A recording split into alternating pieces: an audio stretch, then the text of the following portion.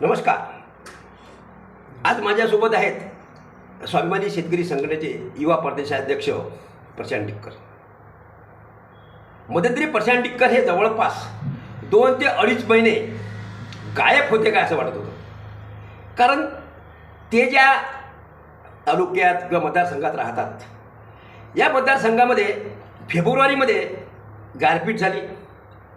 त्या गारपीटमध्ये टरबूज असतील, पपई असतील, संत्रा असेल, उभा गहू असेल, मक्का असेल, ज्वारी असेल, या पिकाचा मोठ्या प्रमाणात नुकसानीचा आकडा आहे. त्याचा सर्वे झाला. सर्वे झाल्यानंतर त्या पद्धतीनं संबंधित शेतकऱ्यांना लाभ देणं हे ठरलं. पण अजूनही या शेतकऱ्यांना लाभ मिळालेला नाही.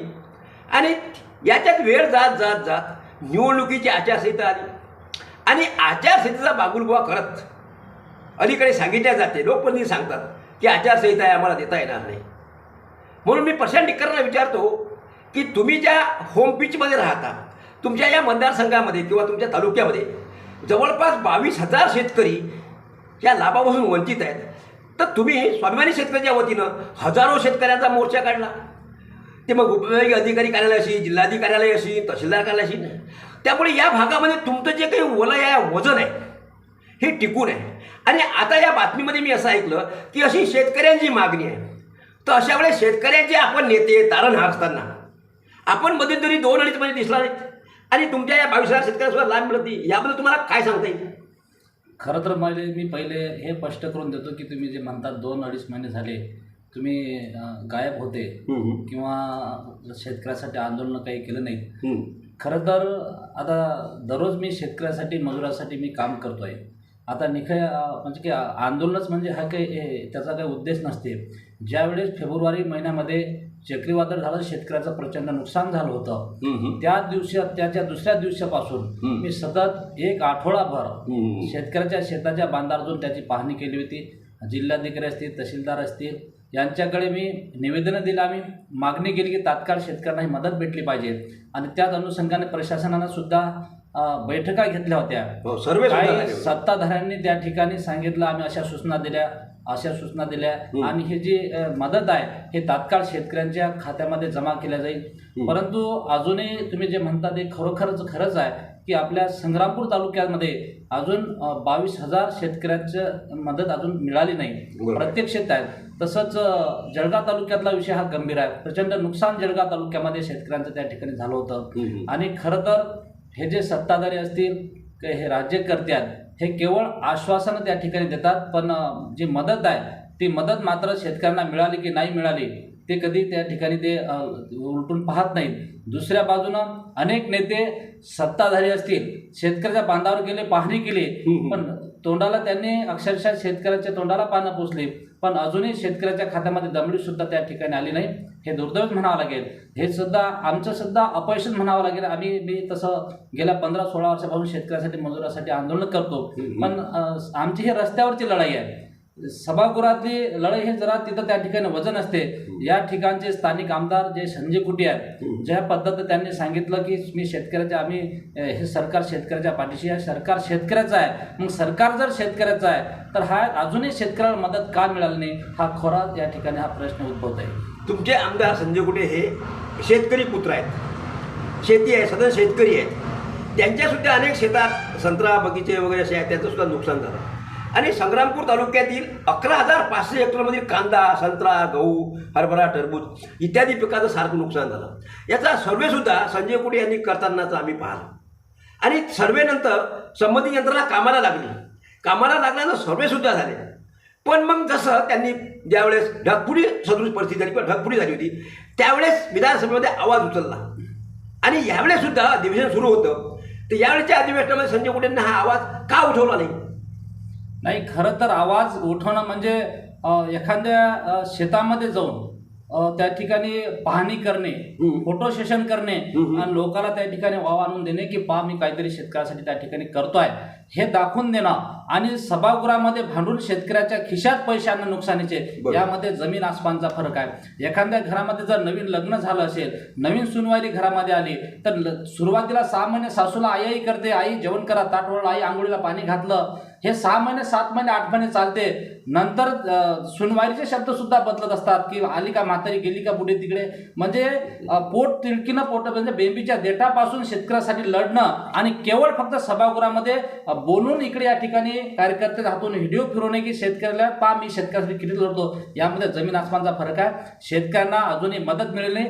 जबाबदार माणसाने या ठिकाणी आमदार कुठे या मतदारसंघाचे लोकप्रतिनिधी आहेत, 20 वर्षांनी या मतदारसंघातल्या जनतेने त्यांचा विश्वास टाकलेला आहे. परंतु 22 जुलैची अतिवृष्टी अशी अजूनही त्या शेतकऱ्यांना पैसे नाही, पीक विम्याचे पैसे अजून शेतकऱ्याच्या खात्यामध्ये आले नाही. दुसऱ्या बाजूनं अनेक तोंडपून त्या प्रत्येक गावामध्ये पंचनामे झाले.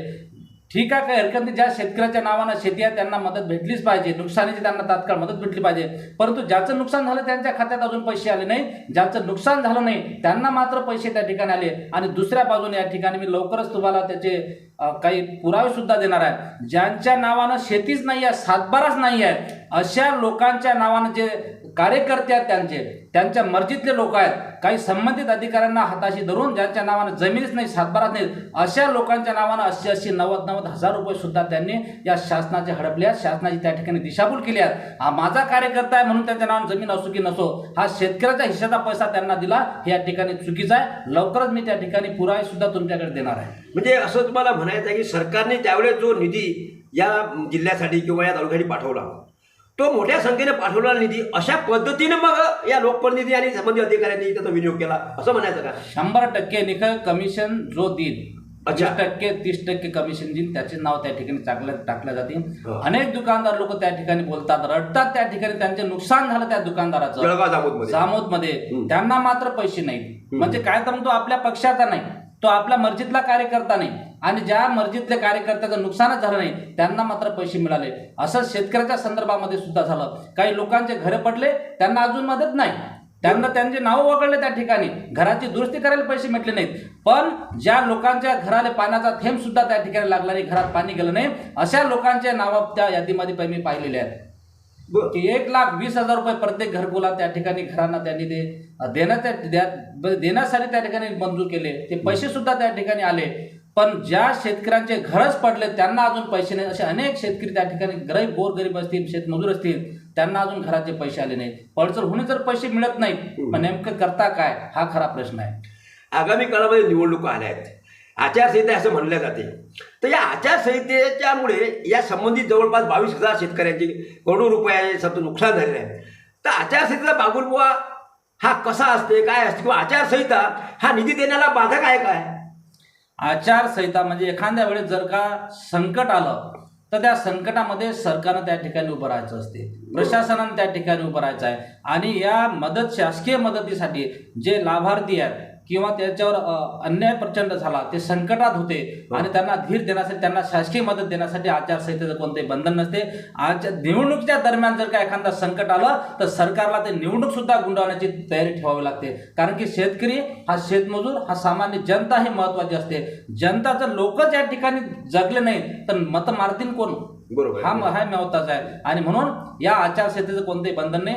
तात्काळ सरकारने या ठिकाणी शेतकऱ्याचे जे पैसे राहिलेले आहेत, अतिवृष्टीचे पैसे त्या ठिकाणी राहिले आहेत 22 जुलैचे, प्रचंड शेतकऱ्यांना अजून पैसे आले नाही. फेब्रुवारी महिन्यामध्ये शेतकऱ्याचे गहू, हरभरे, कांदा असेल, टरबूज असेल, प्रचंड नुकसान झालं, पंचनामे झाले, पण अजूनही शेतकऱ्याच्या खात्यामध्ये पैसे आले नाही. ते पैसे सुद्धा तात्काळ शेतकऱ्याच्या खात्यामध्ये दिले पाहिजेत. आणि जर काय सरकारनं दिले नाहीत तर आम्ही येणाऱ्या काळामध्ये, म्हणजे आता निवडणुकीचे चालूच आहे, या जे या ठिकाणी बोलतात, बोंबलतात अनेक वर्षापासून की मी शेतकऱ्यासाठी लढतो, मी शेतकऱ्यासाठी हे करतो, मी टीव्ही करतो, मी ठमूक करीन, मी ठमूक एवढं आणलं, मी तेवढं आणलं, जे फोटो सेशन करतात, पेपरला बातम्या छापून घेतात, त्यांना सुद्धा याचा विचार करावा लागेल.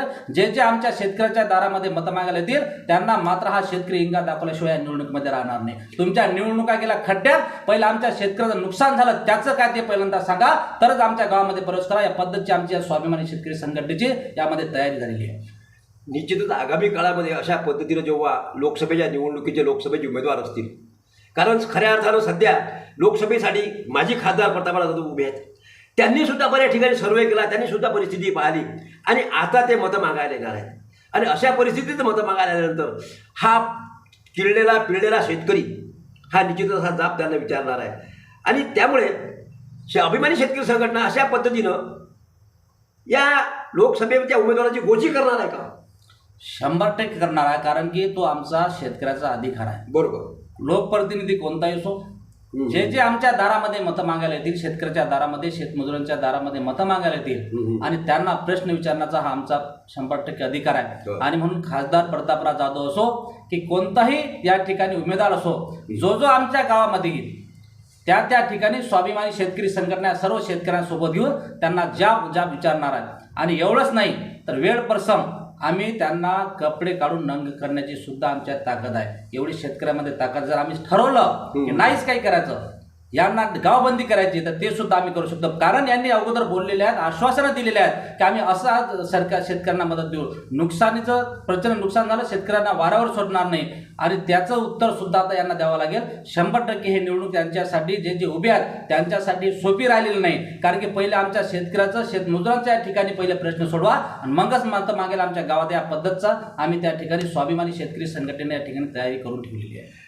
निश्चितच स्वाभिमानी शेतकरी संघटनेची ही आक्रमकता आगामी काळामध्ये लोकप्रतिनिधींना अंगलट येईल आणि ठरल्याप्रमाणे संग्रामपूर तालुक्यात, जळगाव तालुक्यातील 21-22 हजार शेतकरी, 21-22 हजार मतदार आणि त्यांच्या परिवारामध्ये निश्चितच अशा पद्धतीनं प्रचंड असंतोष आहे. आणि हा असंतोष पेटवण्याचं काम आगामी काळात स्वाभिमानी शेतकरी संघटना या मतदारसंघात करणार आहे. त्यामुळे ही निवडणूक खासदार प्रतापराव जाधव असतील किंवा इतरही उमेदवार कोणते असतील ते किंवा त्यांच्या अनुषंगानं मतं मागायला येणारे जे काही लोकप्रतिनिधी असतील त्यांना सुद्धा अडचणीची आहे. आज आपल्यासोबत स्वाभिमानी शेतकरी संघटनेचे प्रदेशाध्यक्ष प्रशांत टिक्कर आले. संग्रामपूर तालुक्यात, जळगाव तालुक्यातील पीक परिस्थिती आणि झालेल्या नुकसानाच्या अनुषंगानं त्यांच्याशी चर्चा करता आली आणि दिलखुलास चर्चा झाली. त्याबद्दल मी आभारी आहे. धन्यवाद.